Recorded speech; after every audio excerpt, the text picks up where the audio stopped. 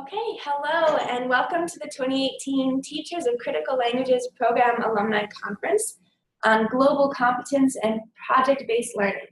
My name is Elise Villame and I am joined today by my TCLP colleagues at American Councils for International Education, including Robin Karen and Zara Hapanasyan. TCLP is a program of the U.S. Department of State's Bureau of Educational and Cultural Affairs, ECA. And at this time, I would like to introduce Maxine Lunn, who is our program officer at ECA, to say a few words of welcome. Good morning, everyone. Can you hear me? Yes, good morning. And good evening. Good evening. Thank you all for coming. I'm really happy to be able to reconnect with some of our alumni and to hear what you've been up to. I want to thank American Councils for putting this together, and thank you to our speakers for coming on this morning. As you can hear, I'm a little under the weather, so I will keep my remarks short, but we are always interested in hearing from you and always interested in knowing how your careers and your connections to TCLP continue to thrive.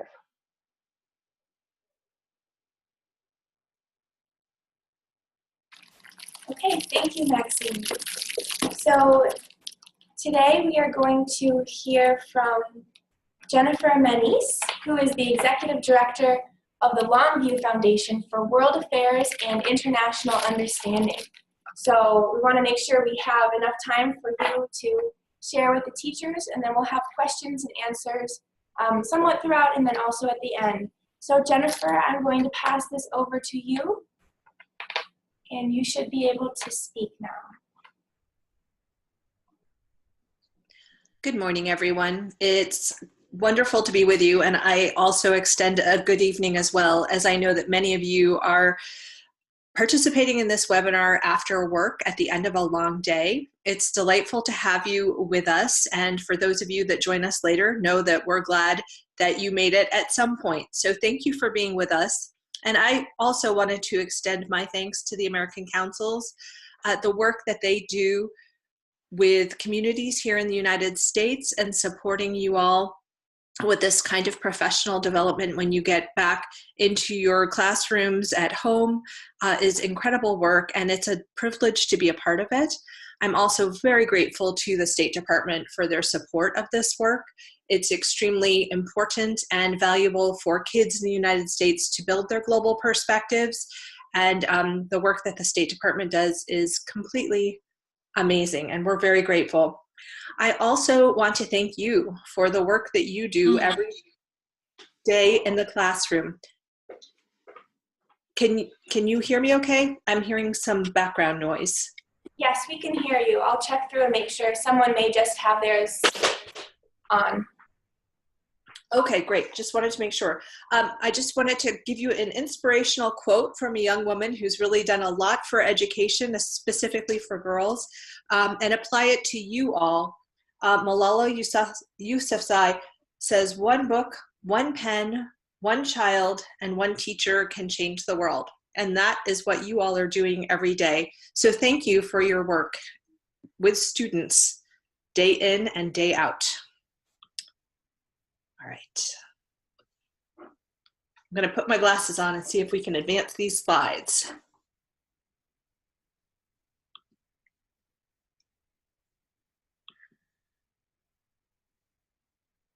It says that I'm controlling, but it's not letting me. Oh, there we go. Okay. Oh, and there's my good morning note. It's amazing what the glasses will do.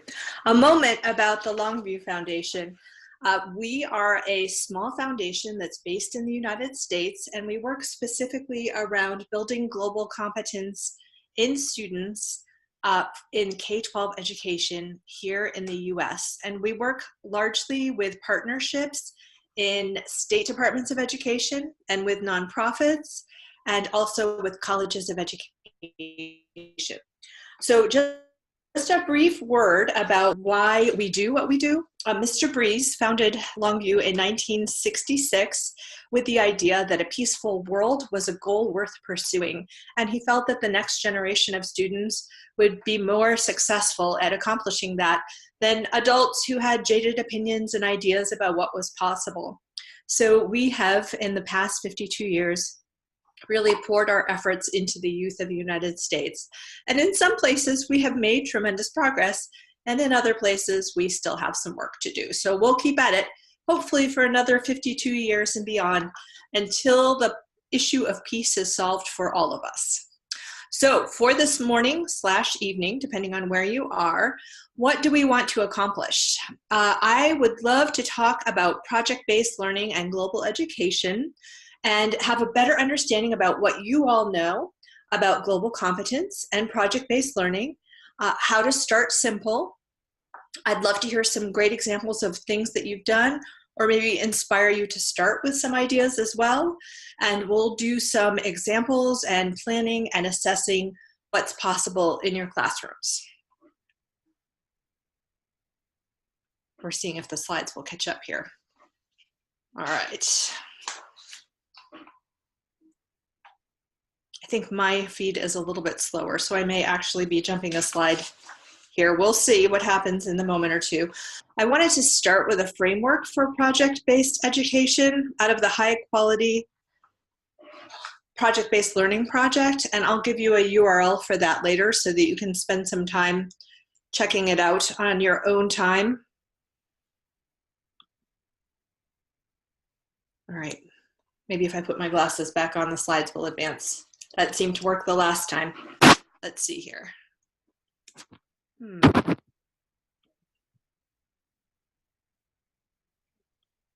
Okay, there we go.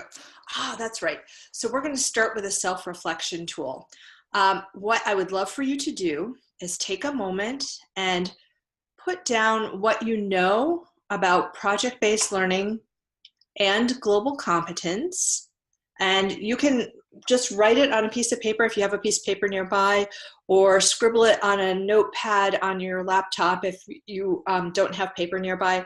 But I'd love to have you just reflect for a moment what you know already about project-based learning and the totally separate topic of global competence. Some of you may have been in sessions with me previously in Washington, D.C. when you came back from your time in the United States, that end seminar that you did before you went back into country.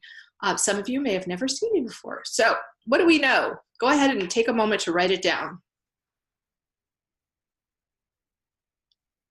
And once you've had a chance to do that, write what you'd like to know.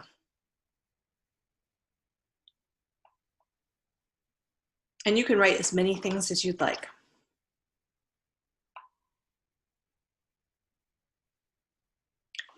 And then once you've done that, go ahead and type one thing you want to know into the chat box.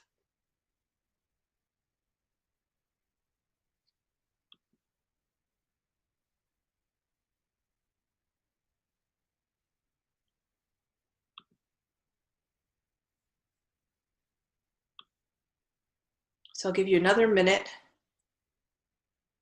You can go ahead and put them in there. And we'll see what you want to know. How to assess the project. Excellent, excellent thing to know.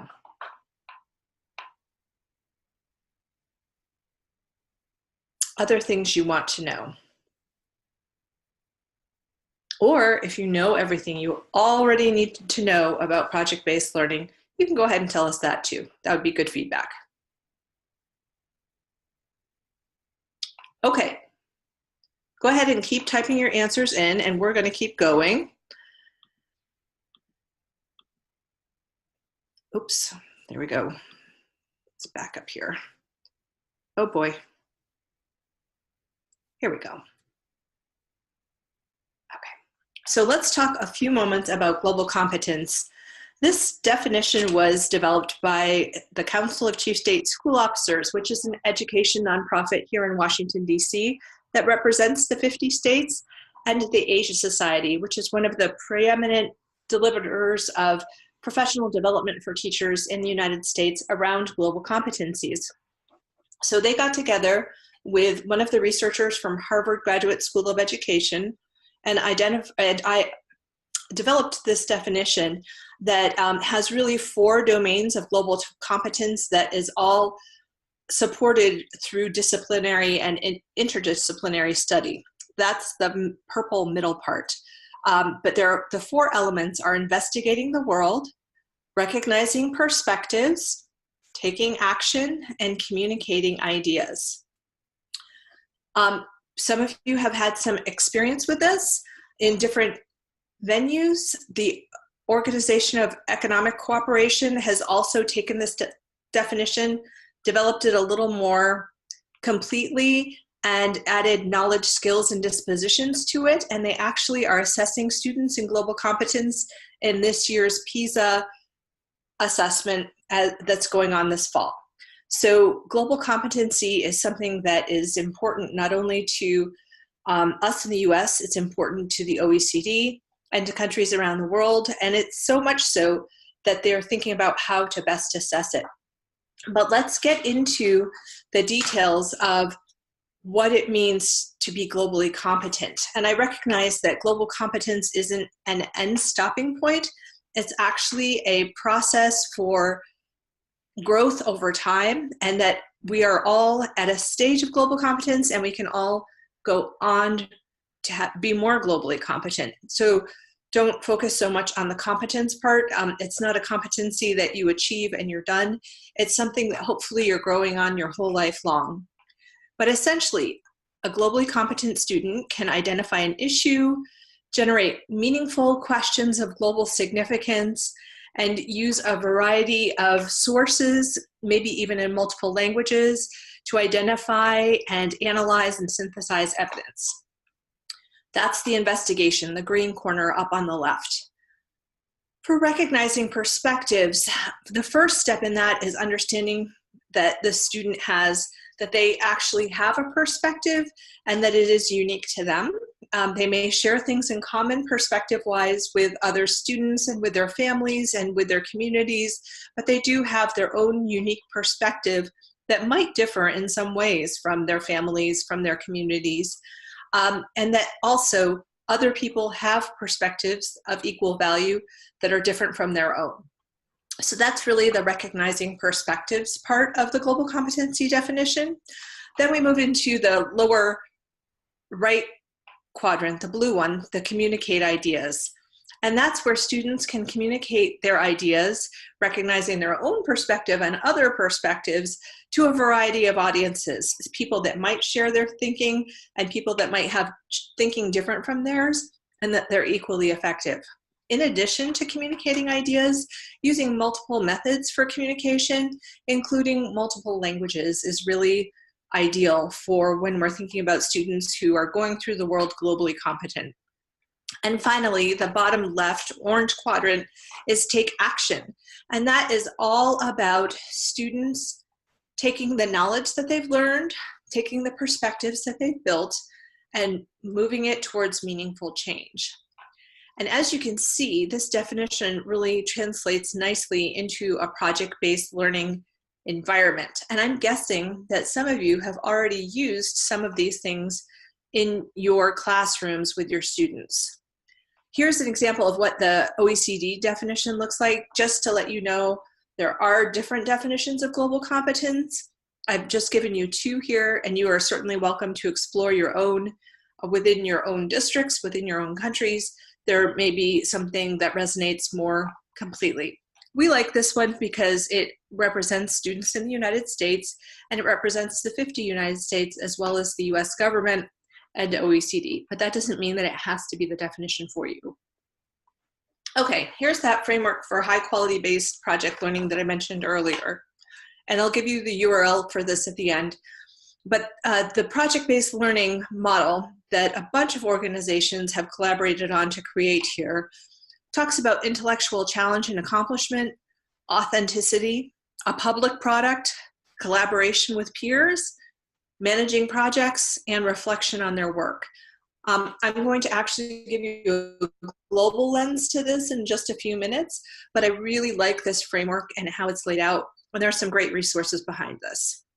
Okay, so my first question to you is, of the global competency definition that I shared with you, the investigate the world, understanding perspectives, communicating ideas, and taking action, which of these is easiest to incorporate into your classrooms? And we're going to do a poll now, so if we can launch that poll. I'm already seeing some answers in the chat. That's great. I'm not allowed to vote, but you all can vote, so go ahead and vote. I see a question about what the difference is between PBL and TBT, and you're going to have to tell me what TBT is later. But if we could go ahead and vote on the global competencies, which one is good for your classrooms right now? Which is easiest to do? And just go ahead and put a vote in, and we'll be able to see what you all think if you vote. We'll close it in another 30 seconds or so.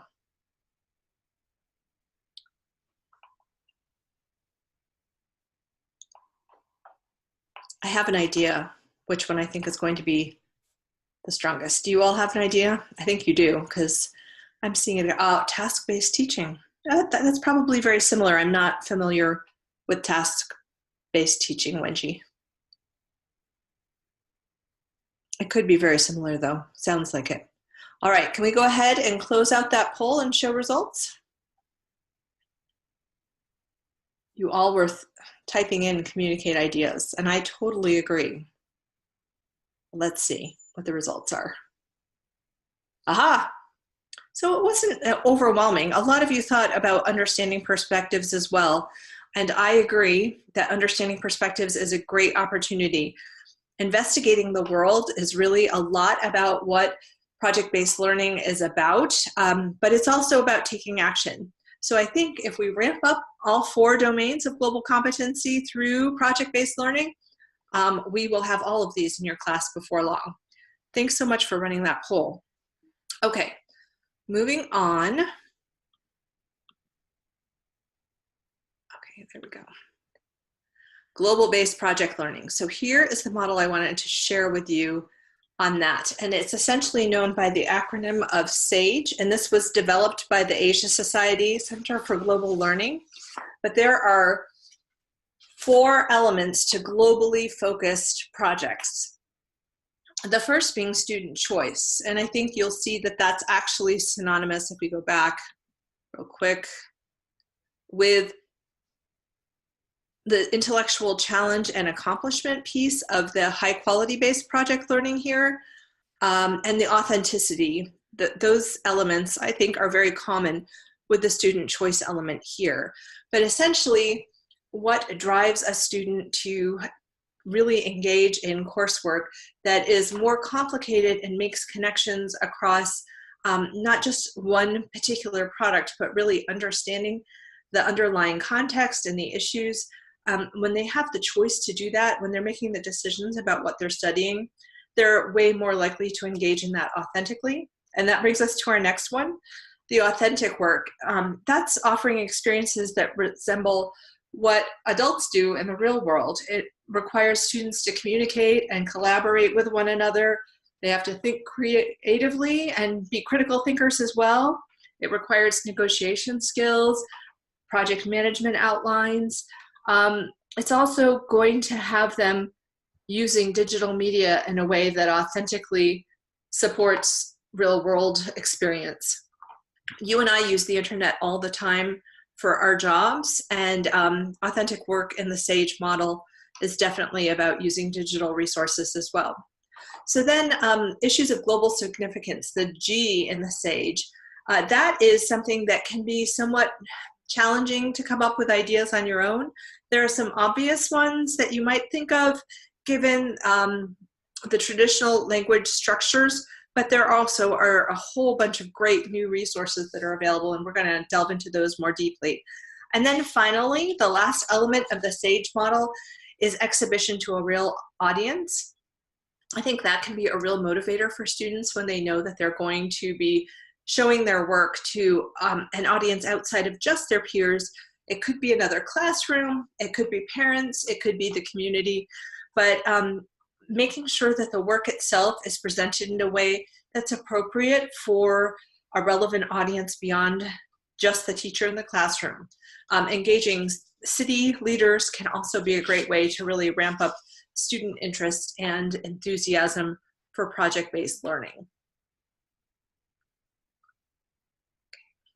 So here's some ideas about investigating the world, just to give you a few launching off points. But in the context of a project about the world, where do you start investigation? One teacher example that I've left here in a URL is having students work individually. That's the first URL. And then the second URL gets students to go a little bit deeper into an issue that goes beyond even our planet and into the issue of population control with regard to having colonies on Mars. And what does that mean and how do you get there? So the idea of investigating can be a community, a local global connection. It can be something even bigger like the universe. Understanding perspectives is a great way for your students to really think about how they like to lead their lives and what cultural and global aspects are parts of their lives that they don't even think about. So I've pulled one lesson plan from university here around looking at traditional coffee houses in Egypt. I did that on behalf of our Egyptian participants. And then I also took it that the whole Starbucks idea, that started with Harold, I can't think of his last name, but the founder of Starbucks spent time in Italy and saw how much coffee was a part of the community there and how the United States didn't really have anything like that. So he came back and started a Starbucks, I think in Seattle is where he really got started. And now it's a global phenomenon, but it took them a really long time to open a store in Italy. And what were the cultural reasons for that? Why was Italy a tougher market given the idea that the concept for Starbucks really sprang from Italy? So that those are just some examples on understanding the commercial aspects. If your students are coffee lovers, they could explore coffee houses around the world and do comparisons and create menus and understand pricing models. There's also a lot of opportunities I failed to mention yet with connecting to your subject-based peers, your teacher peers. So if you wanted to do something around mathematics, you could certainly do cost-based analysis. If you wanted to do something around mathematics, and let's just leave the coffee example behind, you could do something around disease progression. And they could understand, the students could model outbreaks across different, they could look at Zika in South America, and how it came up to North America and study the progression. They could look at something like Ebola in East Africa. There's all kinds of opportunities to combine global understanding with mathematics, with language learning. So I'll keep going after. But there's just lots to do with understanding perspectives. I could go on and on. On to communicating. I've got the wrong URLs here, and I'll send them to you later. I realized that after I sent the PowerPoint off. But understanding the hierarchy of audience and how they need to present more uniquely depending on who the audience is, whether it's a broad exposure or whether it's a targeted exposure.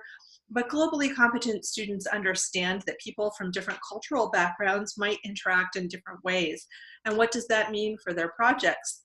They also make an effort to adapt their behavior and style of communicating to the norms of the person whom they're interacting with.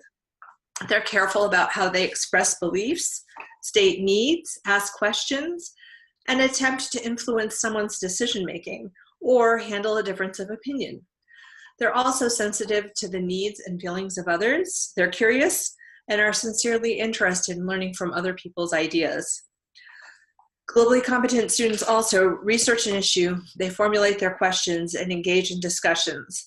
And this is a great opportunity for you to do some of the virtual exchange work that I know that many of you have been involved with in your old classrooms in the United States. But the communicating ideas aspect of project-based learning really holds a lot of opportunity for you, both in a very formal setting through prescripted curricula like is available through IRN, or through a more informal setting through your own experiences here in the US with classrooms back at home. Okay, let's move on to understanding perspectives. I did that one. Taking action. So this gets to the idea of making decisions based upon the information that they've done in these projects. And it's really, I've seen some incredible examples of students that have been influenced by the research they've done in project to take action. There's a group of students that has been participating in a pilot study in Illinois. And one of them did public service announcements in Nepal. Another one did legislature in Illinois around healthcare reform as they better understood healthcare in the United States as compared to other developing or developed nations who offered universal healthcare coverage. So that led to that student first just having an informational conversation with a legislator, and then moving to take action by writing bills to correct what he felt was not equal treatment of everyone in the state of Illinois. So I've put up some quick resources here about taking action. But one of the questions that was early on into the discussion, and how I'd love to have you all participate, is talk about some of the projects that you've done in your classrooms. So we're going to move on here. Oh, let's warm up first mentally before we get into the whole project-based learning brainstorming for global projects. And I thought that I would take you back to something that many of you experienced if you've done in-person PD with me, where we did I see, I wonder picture. So take a moment to look at this picture here. And what do you see? What do you think is going on? And what do you wonder?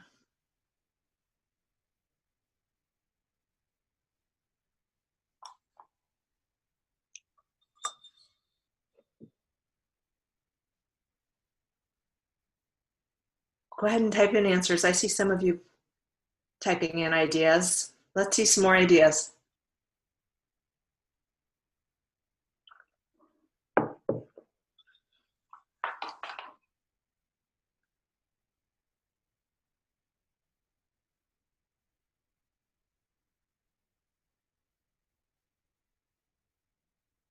Do you think it's competition?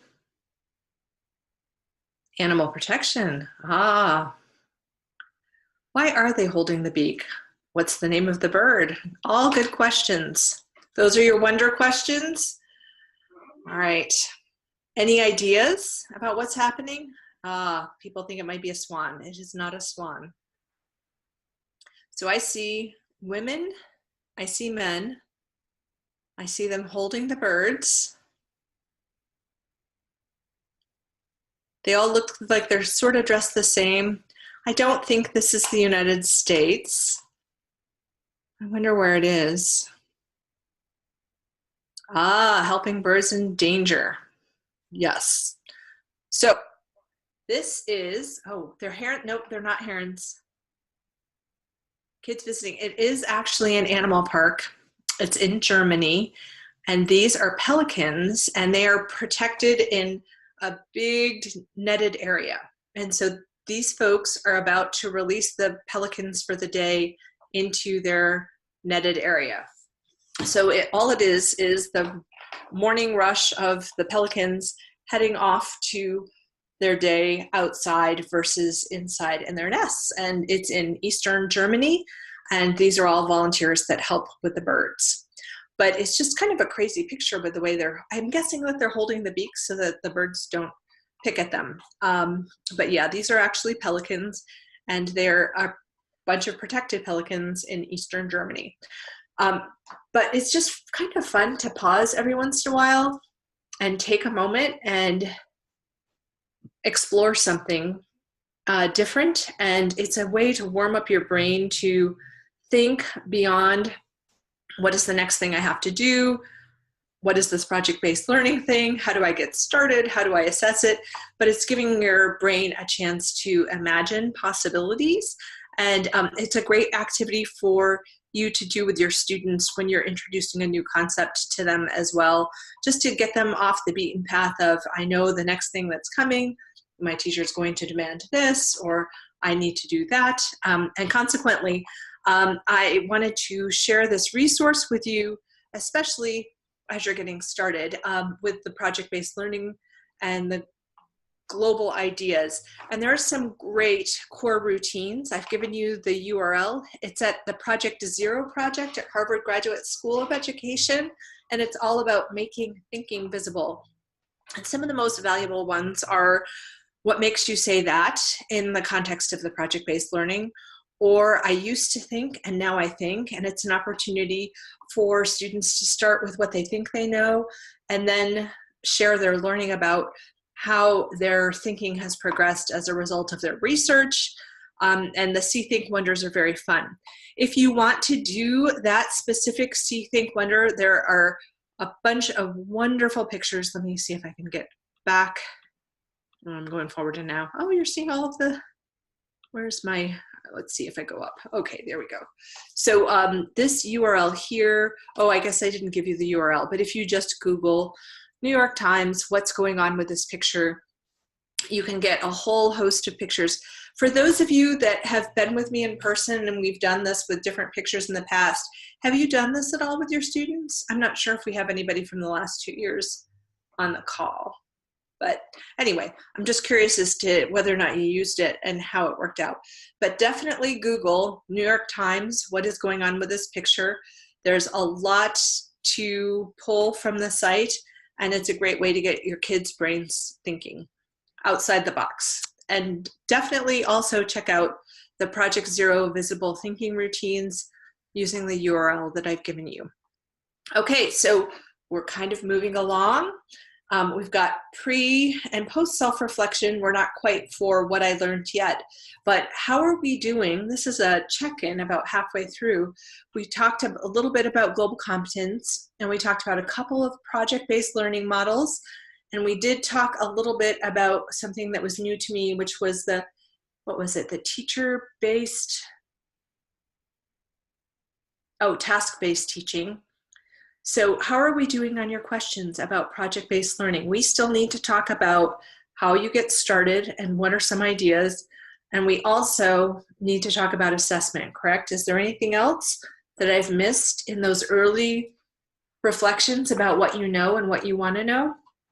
By all means, type it in and keep me on task because that's important. Okay. I'm going to keep going and I'm going to read while you go along. So our next thing to chat about is a way to get started in project-based learning.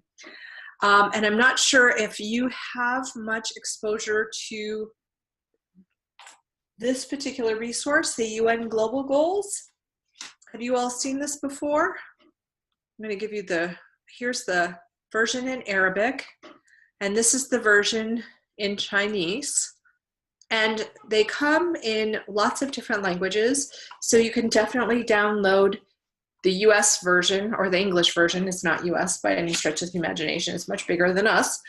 But essentially, the goals are no poverty, zero hunger, health and well-being, quality education for all, gender equality, clean water and sanitation, clean energy, decent work and economic growth, industry, innovation and infrastructure, reduced inequality, sustainable cities, responsible consumption and production, climate action, life below water, life on land, peace and justice, strong institutions, and partnership. So has anybody used these in their classrooms? Go ahead and raise your hands if you have.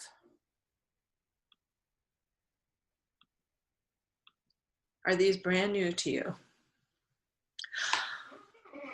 Well, what's nice about these are that there's a whole myriad of resources supporting bringing these into project-based learning environments in your classrooms. And they start very simply with things like identifying the goal with its icon. So you could just cut out all of the pictures, and you could cut out the longer goal versus, oh, you want to shift to the Arabic version? Sure. Okay, there we go. I didn't actually put the English version in to the slide. Sorry, I had it and I took it out. So I hope the Arabic version is okay for a little bit. But having the kids look at the icon and match it to the goal can be a starting point, just so that they develop some familiarity with the goal.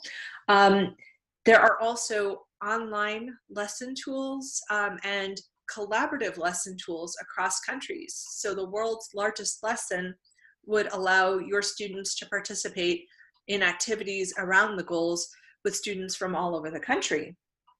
The other thing about these goals that I think is especially conducive to project-based learning is that they are all interconnected.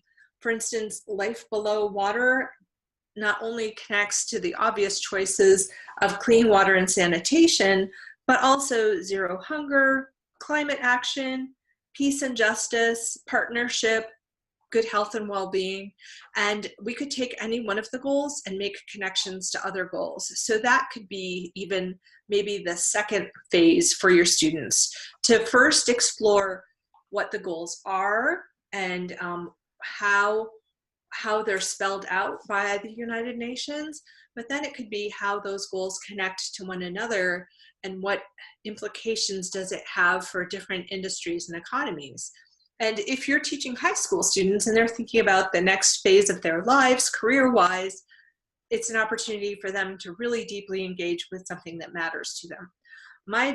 I have two daughters. I have a 15-year-old and a 14-year-old. And my 14-year-old is very interested in life below water.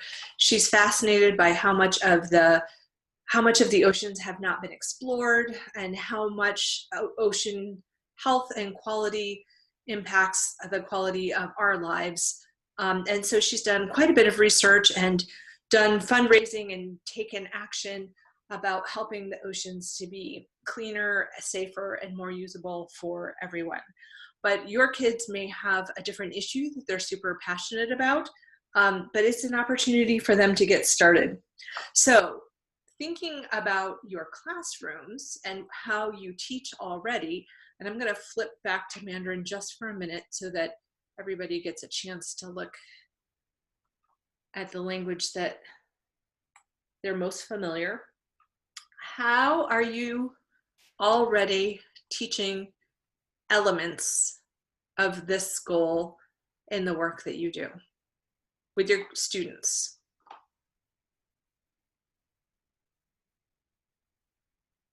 I think it's safe to say that goal 4, the quality education, is already in every classroom represented on this webinar. But I'm just wondering, are there other issues about climate action or economic growth or peace and justice? So think about that for a moment. I'm going to let you reflect.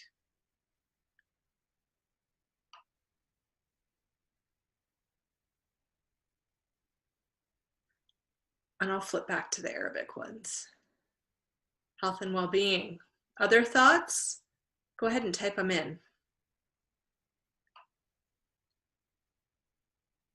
Here's Arabic again.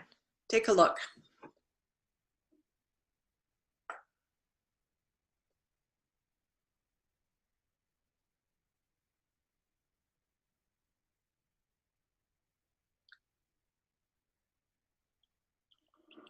I think this last summer, one of our teachers at the training was talking about doing a unit on pollution in their community and making global local connections to how the quality of life in their community was impacted by pollution. And I think that's a great one for sustainable cities and decent work and good health and well-being. I see 3 of those goals right there. Any other thoughts? Go ahead and type them in. How are you already addressing any of these goals beyond the quality education?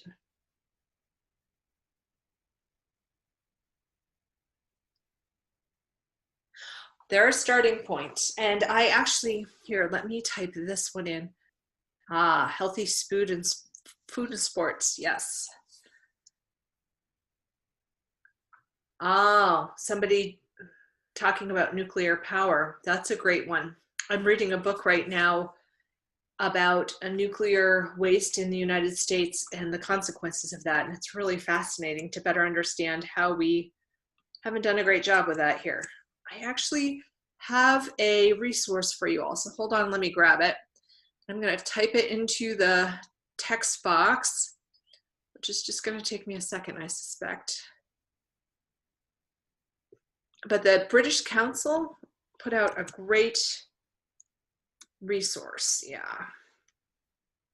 Copy. Let's see if I can put it in here. It is not letting me paste it in there.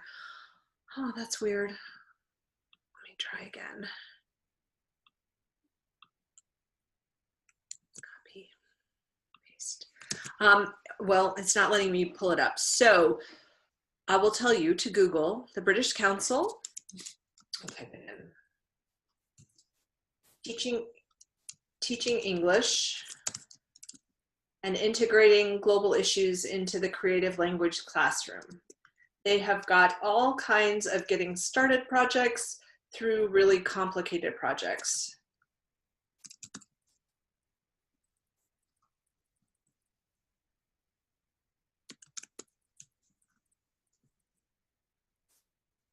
There we go. All right. Sorry that that won't come up. I'm not sure why it won't let me paste in Zoom, but I guess I should have tried it before now. All that to say that these goals are a great way to get your students interested in something that already matters to them in their communities. And, oh, thank you, Iman. All right, and get them engaged in a topic that really matters to them. So that deals with the getting started part of project-based learning, global projects. And here are just some general ideas that I had. If you find the UN goals overwhelming or not politically, it wouldn't be met with enthusiasm maybe by your administration, just some general ideas for projects for your students could be around those cultural things that happen for teenagers that really matter, like music, food, and movies. And if they're more advanced and have an interest, they could certainly do ABC books in learning, and making it a collaborative project where they have to work with someone else to accomplish it, and maybe publish it online. And then thinking about the external audience. Even a beginning project can be quite sophisticated and complicated. More intermediate ideas might be trade, back to the coffee example I gave you earlier, or maybe how waterways are connected and what behavior at one point of the waterway impacts other parts, environment, pollution. I think one of the great beauties of project-based learning is the opportunity to explore connections and implications beyond the obvious, but it allows kids to really dig in and make a difference. I'm seeing some great answers come up on the UN goals, so hooray. And we will definitely share the resources with everybody. We'll send out URLs so that you have links to all of this information. And then they can get more advanced into the ideas of the Mars colony, or the disease progression, or maybe historical connections, or political process, depending on the facility of language with your students, or their interests, or their age, and their overall maturity. I'm going to ask if maybe anybody at American Councils wants to share best practices, because I know you have some great examples from teachers who have done projects in the past. Is there anything you guys want to add? Zara or anybody on the team? We'll see if anybody unmutes. And I'll go to my next slide while we're waiting for that, but I'm going to put my glasses on to do it because we all know what happens when I don't. Hello, everyone. This is Zara. I would like to extend a very warm welcome to everyone that has joined the session. And thank you, Jennifer, for doing a wonderful session for the alumni. What I would like to say is that, yes, our teachers, alumni, have participated in various projects. For example, there was a year that one of the alumni in China was doing a project together with her students to investigate the impact of the pollution on her area where she lived. And she got connected, she was in touch with her host school, which also in the US had issues with pollution. I can't remember exactly where their school was, but there were things related to the pollution in that community as well. So both students in both classes across the ocean were studying what is the impact of pollution in their environment, and at the end they came up with suggestions how to improve it. There was another project connected with, for example, how to make your area marketable as a tourist area. And there was another project where basically the host school in the US and the home school of the participating teacher, and this one, as far as I remember, was in Egypt. And the students were coming up with brochures on how they can basically make sure that they have visitors, that the tourists are well adapted, and that they are basically helping each other, basically creating information for the students on both sides to make their areas marketable to tourists. And then they swapped the projects, and they presented these projects virtually to each other. And I don't want to give too many examples because we have a very exciting day for tomorrow as well, where our alumni are going to talk about the projects that they have been doing either by themselves or with their host schools. And I would like to extend a very warm invitation to all of you that are participating in this conference to also attend tomorrow's event, so as you can hear from your cohort members and alumni in China, Egypt, and Morocco, what they have done by themselves with their students or with within their partnerships with their host schools. Thank you. Thank you, Zara. Those were wonderful examples. And what I love about those examples that you gave are the complexity of the issue and how it could be taken very superficially. Pollution is a problem, we clean up, everything is okay, but that's not dealing with the root cause and changing behavior and communicating ideas to your community about how you might want to keep it in better shape and how everyone has a part to play in that. And the example that you gave on attracting tourists and having good tourist experiences is a great opportunity to really build perspectives and better understand the mind of a tourist through that exchange work that they did between the two classrooms. So those are fantastic examples of global projects. Thank you so much. I did want to also just mention another free resource. It does require a registration. I think it's essentially an email and a password, but it allows you to go more deeply into what solid project management looks like for your students. And I think it's great to assign projects, but if we don't give kids the tools they need to effectively manage a project, it can be frustrating for you and frustrating for them. But having them put together a timeline and assign roles and responsibilities and hold one another accountable to those roles and responsibilities, and to have incremental deliverables along the way.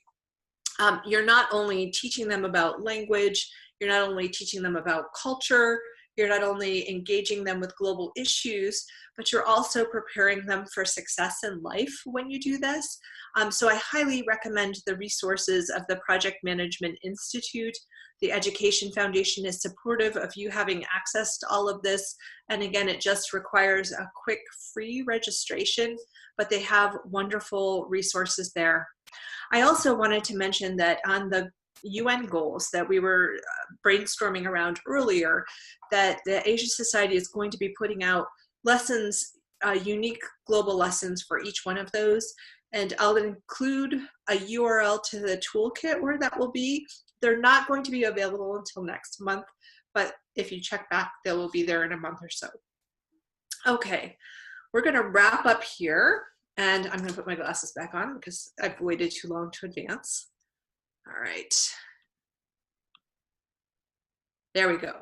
So back to the framework for high quality project-based learning. We've talked about intellectual challenge, and we've talked about differentiating that based upon your student age and facility with language. We've talked about authentic issues through the UN goals. We've talked about the public products, and Zara gave some great examples about exchanges and communicating with the communities. We've talked about project management and collaboration a little bit. We haven't talked a ton about reflection. And I will tell you that I was a little bit sneaky in how I did the reflection, because I gave you the pre-assessment and I gave you the midway through assessment, and now I'm giving you the post-assessment. So you have your list of what you know and what you want to know, and now you have a chance to reflect on what you learned. And I think part of the assessment piece of this is not necessarily the grading piece. And you can grade on lots of things. You can grade on how well the team works together. You can grade on, did everyone do their part? You can grade on the complexity of the information that is produced, or the facility of communication between students and their audience. There's lots of ways to assess projects, but having the kids put down what they know, what they want to know, and what they learned is a great way to get to the depth of understanding they have as a result of participating in the project. And while we did it super quickly, because we only had about 55 minutes together this morning, really having them drill down what they know and what they want to know, and giving them plenty of time to describe to you what they learned, not only about the content, but also about the process of project-based learning, will give you a sense of how you might want to build, assess, and grade them in the future. So you've got some ideas about what you learned, and some of you are putting in some information. Hopefully this has hit some of what you wanted to know, and hopefully you've learned some things. I just want to say thank you. I'll go ahead and put up a URL of resources, and I will also pass it on to the team at the council so that they can share all of these hyperlinks with you in a way that it's just one click away for you. But thank you again, each one of you, for everything that you do. We've got about 5 minutes, and I'm happy to take questions until the top of the hour. Does anybody have any questions for me? Or for the team at the councils, because they are the true experts.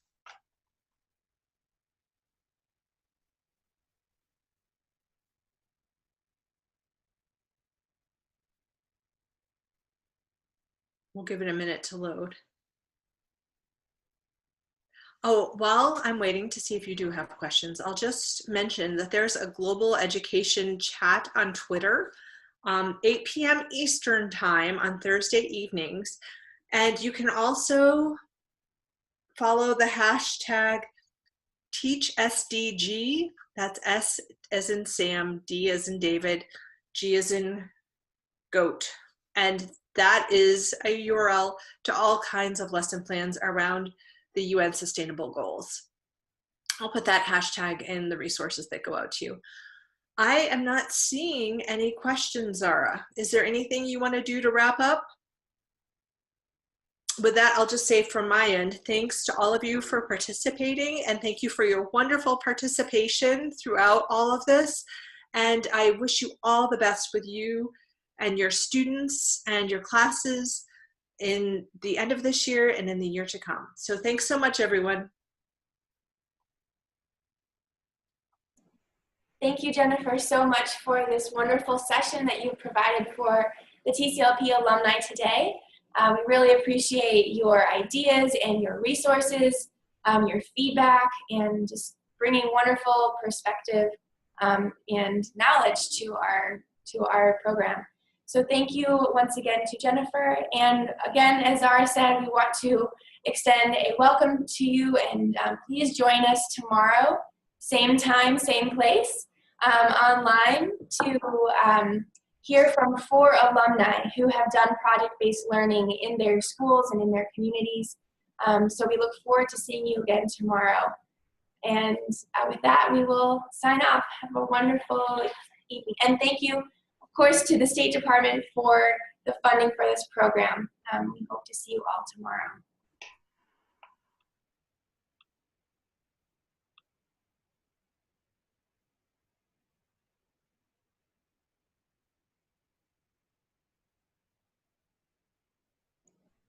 And last but not least, as you know, we always have surveys for TCLP events. So please do complete our alumni survey. The link is right here, and we will provide it again tomorrow. This provides very helpful feedback for us when we're deciding what topics to do for alumni events, and just to know what you're interested in and how helpful this is for you. So have a good evening and morning around the world. We will see you tomorrow.